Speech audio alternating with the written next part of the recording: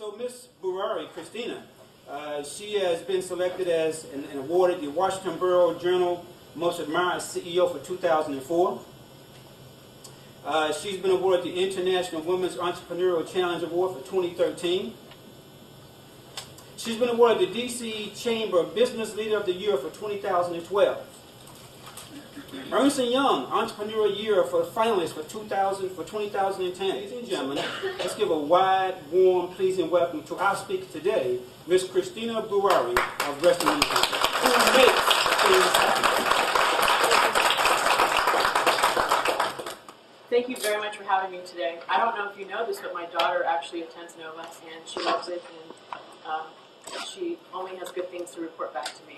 And of course, you know, you're a client of ours, so we appreciate you using our buses to shuttle everyone around, because it is the buses that take cars off the roads. So I will get started. They asked me to talk today on career mobility for women. So I have great news.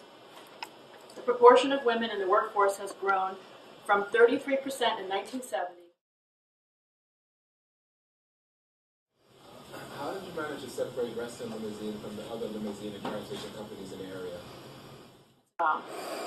When we were a very small company, I think what differentiated us was that even though we were small, we had an office. It was at the Reston Town Center. We were very professional. We had office hours, and we ran our business from an office. And when I look back, I realized that is why we got lucky, and the guy knocked on our door and offered us that government contract, basically. I mean, we still had to earn it and win it. But if we were working out of our house, most limousine companies are working out of their house. You know, and if we didn't already have one bus in our fleet, I don't think we ever would have been given that opportunity. So, would you share with the audience some of those real tough challenges that you had at the negotiation table, vying for the promotion?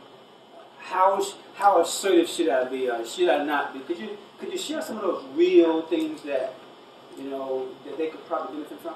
5 years after 9/11 was a very tough time, because my bank lost confidence in us. And it wasn't because we weren't paying our bills on time. It was because they thought the next terrorist threat was going to be in Washington, D.C. And I had 50 buses circling the White House daily doing government contracts. So for no real solid reason, my bank just said, you need to go find another bank. And until you do, we're going to charge you $5,000 a month to renew your line of credit with us. So that was probably one of my darkest moments in business. I went out and interviewed 20 banks, and 19 of them told me no. Finally, a bank picked me up, and it was the Community Bank of Sterling. And so there's so many lessons in that. I learned that there's always a bank out there that might want your business. You have to find a small bank that understands your business at the time.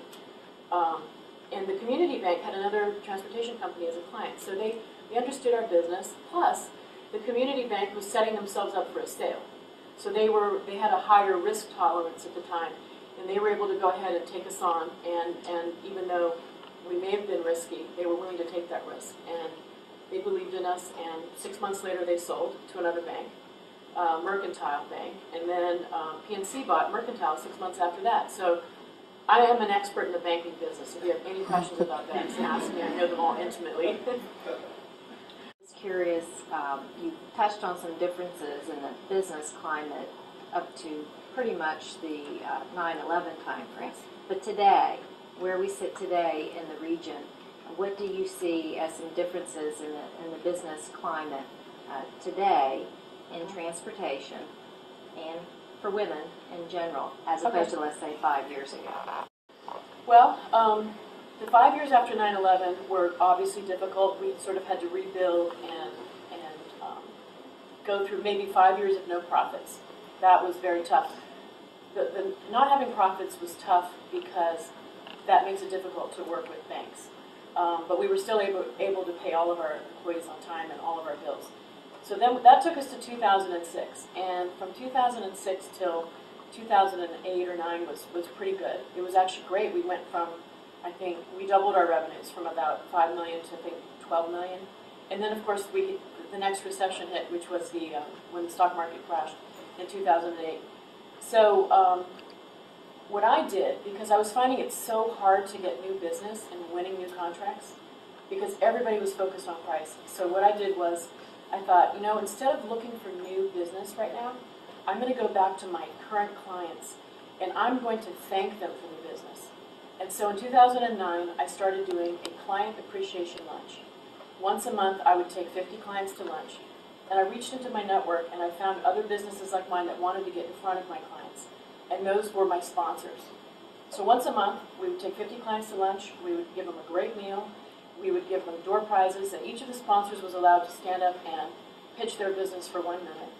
And since 2009, I have literally had lunch with about 3,000 clients, broken bread with them, created a dialogue with them, and we saw our business grow 27% just because we were getting more business from our current clients.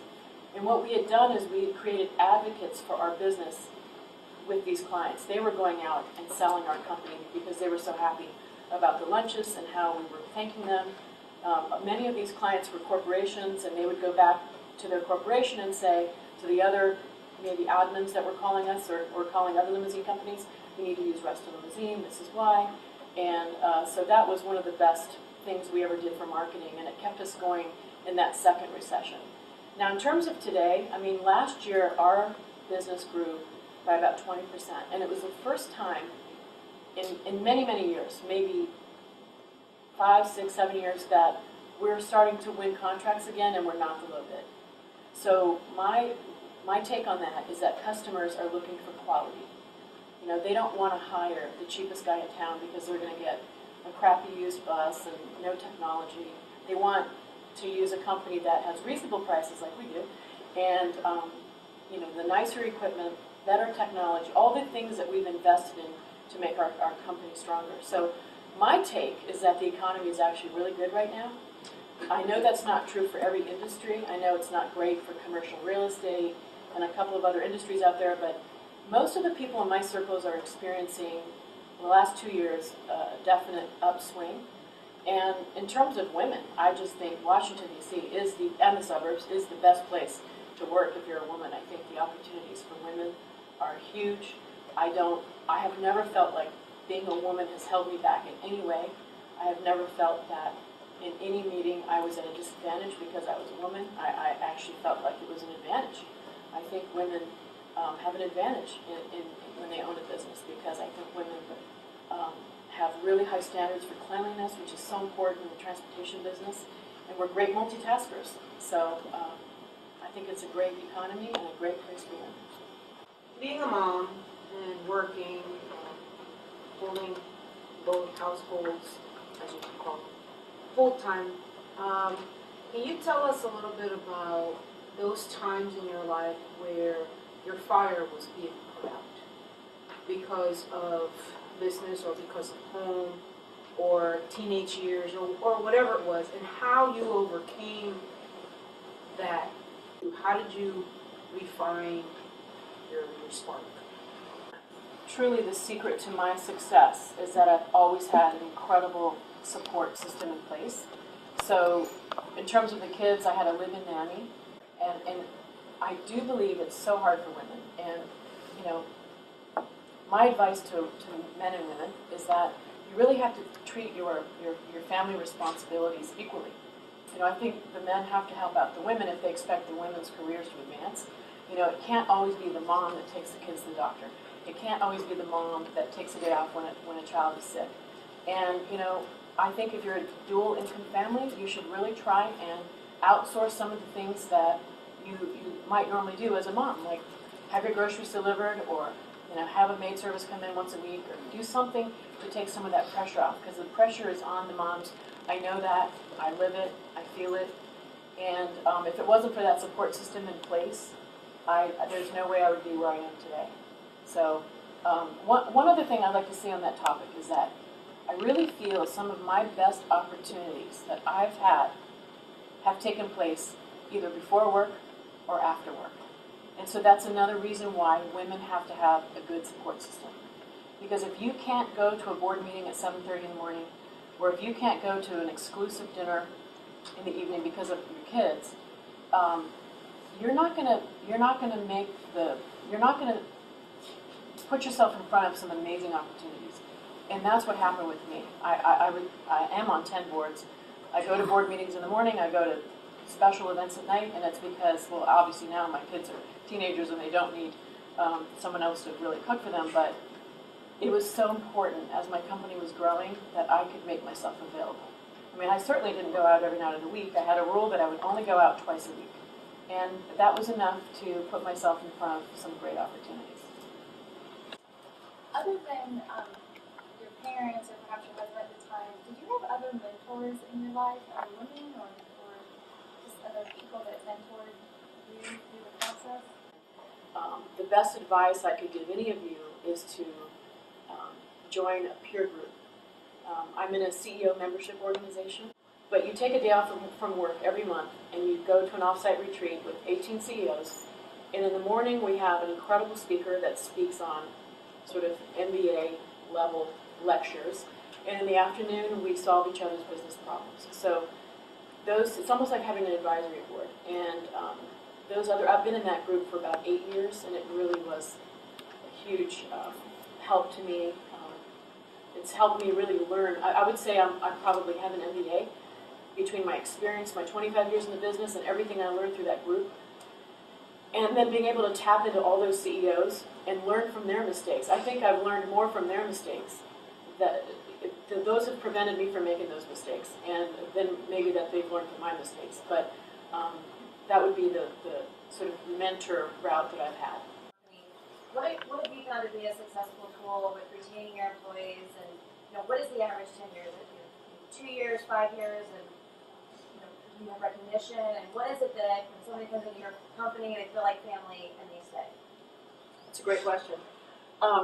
We kind of have two different types of employees. We have sort of the chauffeurs, which is a good 75%. I have 400 employees now, and 75% of them are chauffeurs.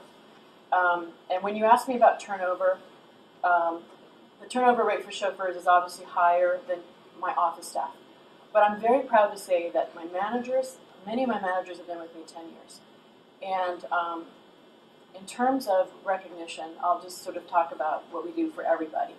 So if we get an email or a phone call that someone's done a good job, if they're a chauffeur, they get a $25 bonus, and they're allowed to get one of those a month. But if they can get that every single month. We also have 3 employees of the month every single month, and they each get $75. We have about 20 awards at the end of the year, and we give out $100 to each winner. We have sort of like the driver of the year in 3 or 4 different categories. We have office team player of the year, and then we also give awards out for our core values.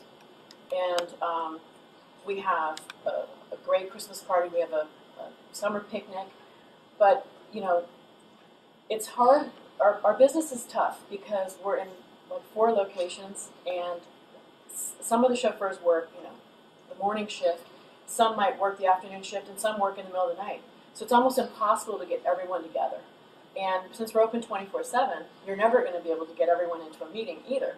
So we do the best we can, and what I believe is that we offer the best pay, the best benefits, and sort of the best caring of our employees. And 2 of my very long-term managers, Karen and Margaret, are sort of the face for the chauffeurs, and they love them, and they stay because they love working for them. And that's another area where women are very strong, is in managing and taking care of their employees and being compassionate and having the patience to listen to them and take care of them.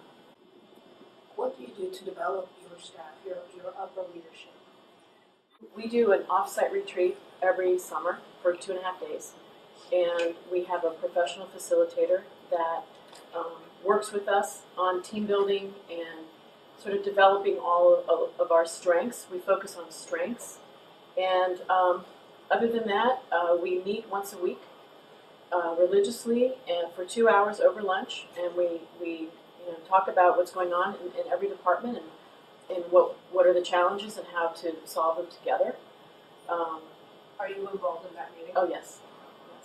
Why would you say they work, and what could our audience benefit from it in that regard? Why do you really say they work? When you start a business, sometimes you don't want to hire people too soon because you think you can't afford them, and you don't want to pay the salaries that people want. So you end up hiring sort of an inferior employee. And then that just leads to lots of problems when you hire inferior people. So I would say the lesson there is to, hire the right people, pay the salaries that, are fair in the marketplace.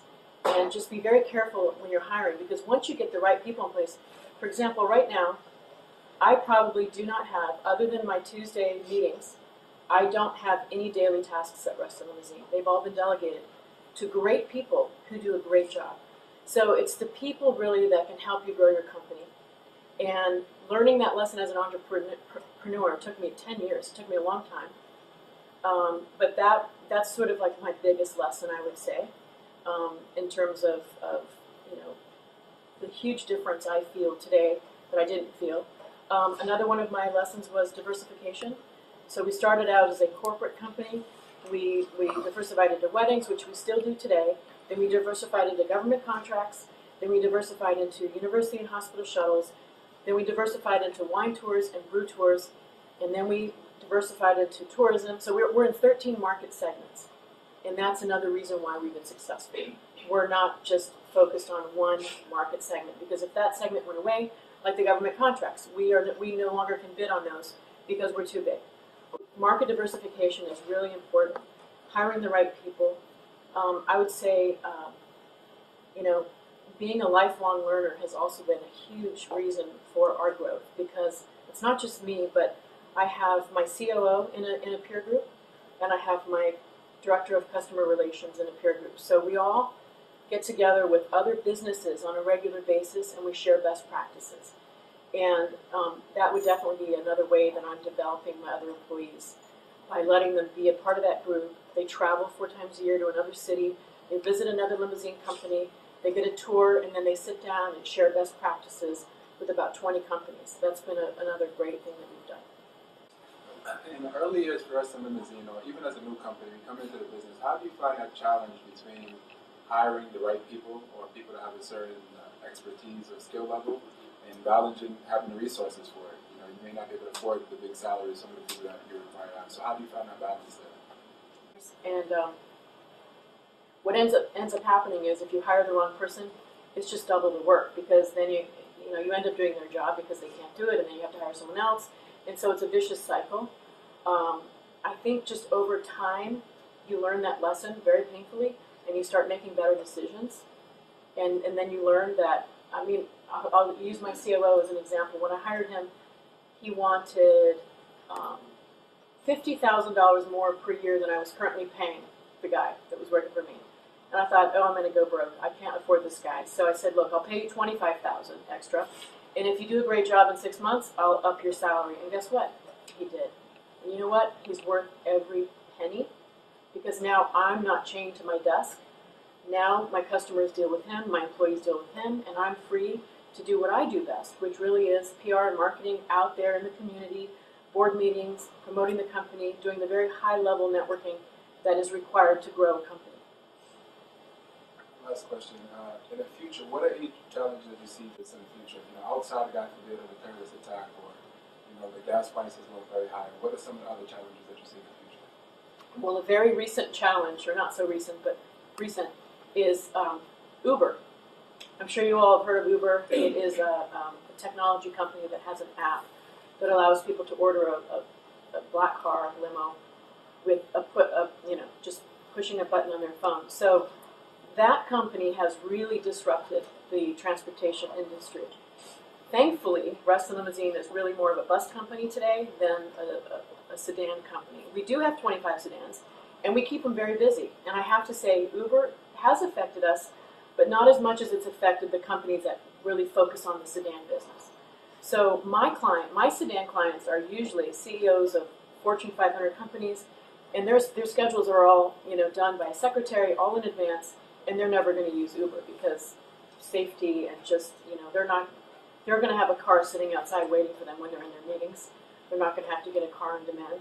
So Uber and technology is definitely something that is a threat to the limousine industry. That Hopefully they'll never come up with an app for the buses. As long as there's never an app where you can push a button and get a bus on demand, I'm good. But other disruptions, of course, would be fuel. I mean, there were years that our fuel prices just, eat away all the profits. And then, of course, now, fuel prices are down and we're so happy. I think that the biggest threat to my company really comes from really small limousine companies that might go out and buy one bus, and they bid on contracts and they charge ridiculously low prices. There really are very few barriers to entry to get into the transportation business. Anyone can go out and buy a sedan or a bus and get a website for $300 and call themselves a limousine service. That's really a bigger threat to me, is always having to compete with those people that offer things for ridiculously low prices than really anything else.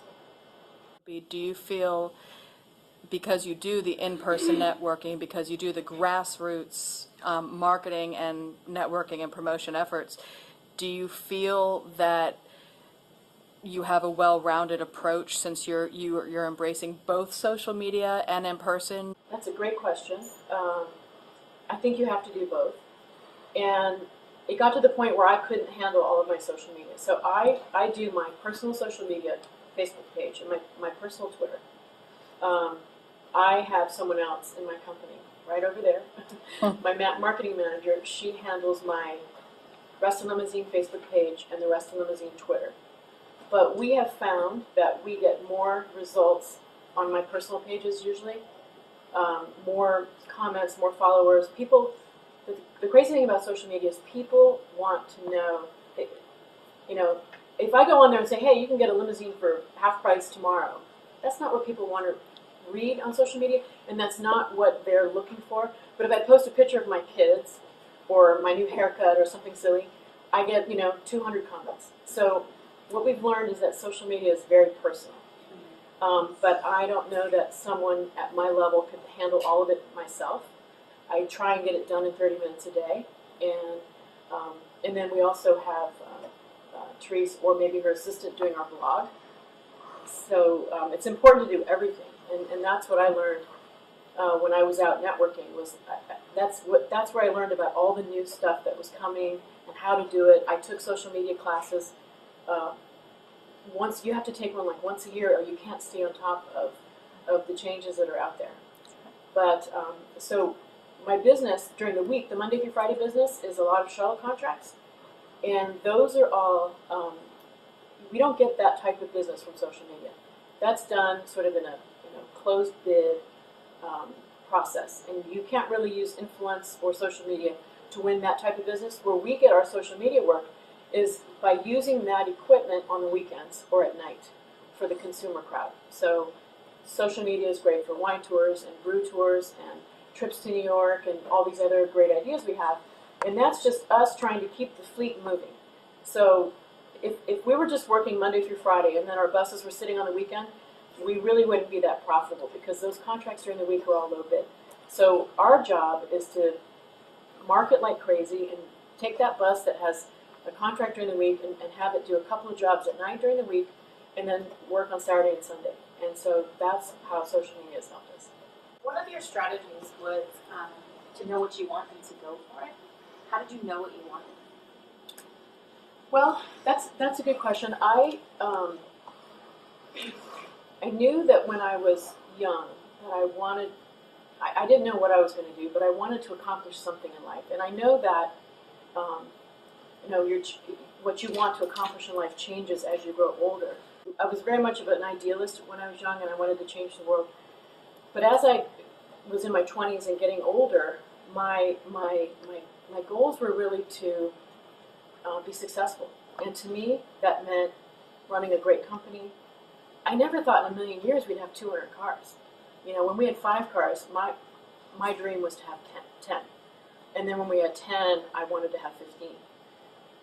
I never, ever imagined that we would be the size we are today. So I didn't have those types of goals. My goals were just to be the best at everything I ever did. Offer the best service, have the best buses, hire the best drivers, and have the best clients and the best employees. That was my goal. And I just had a very laser focus on it. My reputation is everything to me. And when those are your goals, and you work hard at them, it has a great result.